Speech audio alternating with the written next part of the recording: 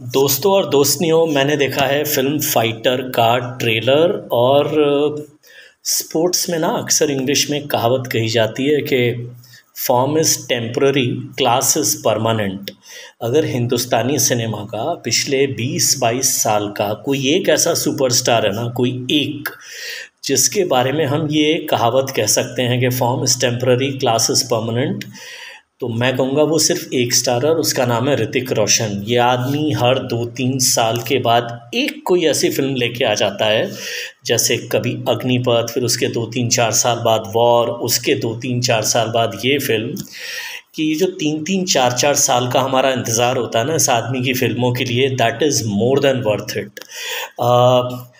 दूसरी चीज़, सिद्धार्थ आनंद और ऋतिक रोशन की जो जोड़ी है ना, वो कुछ कुछ, मनमोहन देसाई अमिताभ बच्चन, राजकुमार संतोषी सनी देओल, डेविड धवन गोविंदा, ये सब अलग अलग टाइप की फिल्में बनाने वाले अलग अलग टाइप के डायरेक्टर एक्टर थे। लेकिन उसी तरह से मतलब इस हिसाब से कि कोई डायरेक्टर किसी एक्टर का सबसे बेस्ट जो निकाल लेता है ना कहीं सिद्धार्थ आनंद को ये मालूम है कि ऋतिक रोशन की स्क्रीन प्रेजेंस को, उनकी पर्सनालिटी को, उनको डायलॉग बोलने के उनके तरीके को वो सबसे ज़्यादा निचोड़ के निकालते हैं और बाय गॉड मज़ा आ जाता है यार।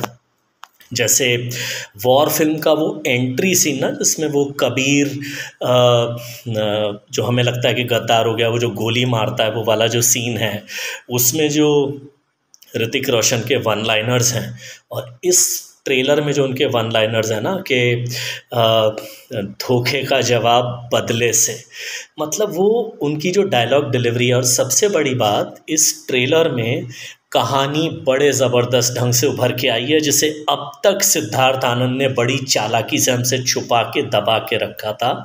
ये फिल्म थोड़ी बहुत पुलवामा के टेरर अटैक के आसपास है, और उसके बाद शायद कोई एक फिक्शनल टेररिस्ट कैरेक्टर है जिसके साथ ऋतिक रोशन, दीपिका पादुकोण, अनिल कपूर, इन लोगों की शायद कुछ जद्दोजहद होगी। ये हमें दिख रहा है बहुत क्लियरली।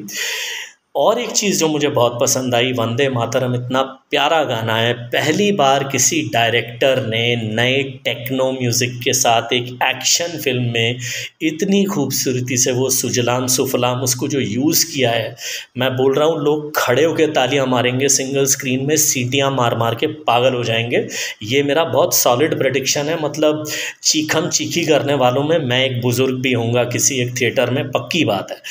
दूसरी चीज़ कि अगर आप अपने दिमाग की खिड़कियों को टटोलें तो एयरफोर्स के बैकग्राउंड पे कितनी फ़िल्में बना पाया है आज तक बॉलीवुड। तो ये पुलवामा और उसमें जो एयरफोर्स का रोल था, और कितने प्यारे एरियल शॉट्स दिख रहे हैं इस ट्रेलर में। तो वो आइनॉक्स और पीवीआर, उन सब की स्क्रीन्स पे जब ये बड़ी स्क्रीन पे ये एरोप्लेन्स उड़ते हुए दिखेंगे तो बच्चे बूढ़े कितने एक्साइटेड होंगे, वो भी मुझे दिख रहा है। और सबसे बड़ी बात जो मैं कह रहा हूँ ना कि एयरफोर्स के बैकग्राउंड पर इतनी सॉलिड एफर्ट पहली बार कोई कमर्शियल मेन स्ट्रीम डायरेक्टर मार रहा है। और big canvas action spy thriller के एक महारथी हैं सिद्धार्थ आनंद, तो वो मुझे लगता है कि कमाल कर ही जाएंगे इस फिल्म में। अगर आप अपने फिल्मों की हिस्ट्री को भी थोड़ा टटोलें तो बॉर्डर फिल्म के उस सीन का अब काफ़ी मजाक उड़ता है उसके वीएफएक्स की वजह से। हम भूल जाते हैं कि वो फिल्म बनी थी कुछ 30-32 साल पहले। उस ज़माने में जितना वीएफएक्स अवेलेबल था उसके हिसाब से डायरेक्टर ने बनाई थी। उस फिल्म में जब सनी देओल टैंक के आगे घिर जाते हैं और जैकी श्रॉफ प्लेन में आके उस टैंक को उड़ाते हैं ना, आप में से कई लोगों को शायद ये बात मालूम नहीं है, सबसे ज़्यादा सीटियाँ, तालियाँ, चिक्खम चिक्खी उसी सीन पे हुई थी। और वो एक हल्का सा सीन था थोड़ा बहुत एयरफोर्स के ऊपर, यहाँ पे तो पूरी फिल्म है। और वो भी ऋतिक रोशन जैसा मतलब पहलवान एक्टर, तो मतलब, और फिर दीपिका पादुकोण, ये सब लोग हैं।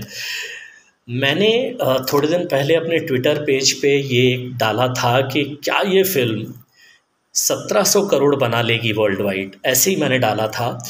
और कई लोग, जब मैंने गदर फिल्म का ट्रेलर देख के कुछ एक महीना रिलीज़ से पहले कहा था कि गदर अगर 500 से 600 करोड़ के बीच में भी कमा ले जाए, जिस टाइप का करंट बन रहा है इस ट्रेलर के बाद, तो मुझे हैरानी नहीं होगी। और उस फिल्म के रिकॉर्ड का कमाल सबको मालूम है। अब मैं कहता हूँ कि अगर फाइटर, ये सारे जो कॉम्बो है ना, वंदे मातरम, एयरफोर्स का बैकग्राउंड, ऋतिक रोशन, पुलवामा का बैकग्राउंड, मैं बोल रहा हूँ कि मुझे हैरानी नहीं होगी और शायद लोग हंसे मेरे ऊपर, लेकिन ये फिल्म शायद 1700 करोड़ का वर्ल्ड वाइड बैरियर तोड़ने वाली पहली बॉलीवुडिया फिल्म हो सकती है। पूरे चांसेस फिल्म के। जो भी हो नहीं हो बॉस, मैं तो ऋतिक रोशन की ज़बरदस्त स्क्रीन प्रेजेंस को देखने फ्राइडे को 25 जनवरी को थिएटर में जा रहा हूँ। आप लोग भी आई एम श्योर जाएंगे, नहीं भी जाएंगे मुझे कोई फ़र्क नहीं पड़ता, मैं तो जा रहा हूँ। मैं इस फिल्म को पूरे 5 में 5, मेरा बस चले तो 5 में 7.5 स्टार दे दूँ।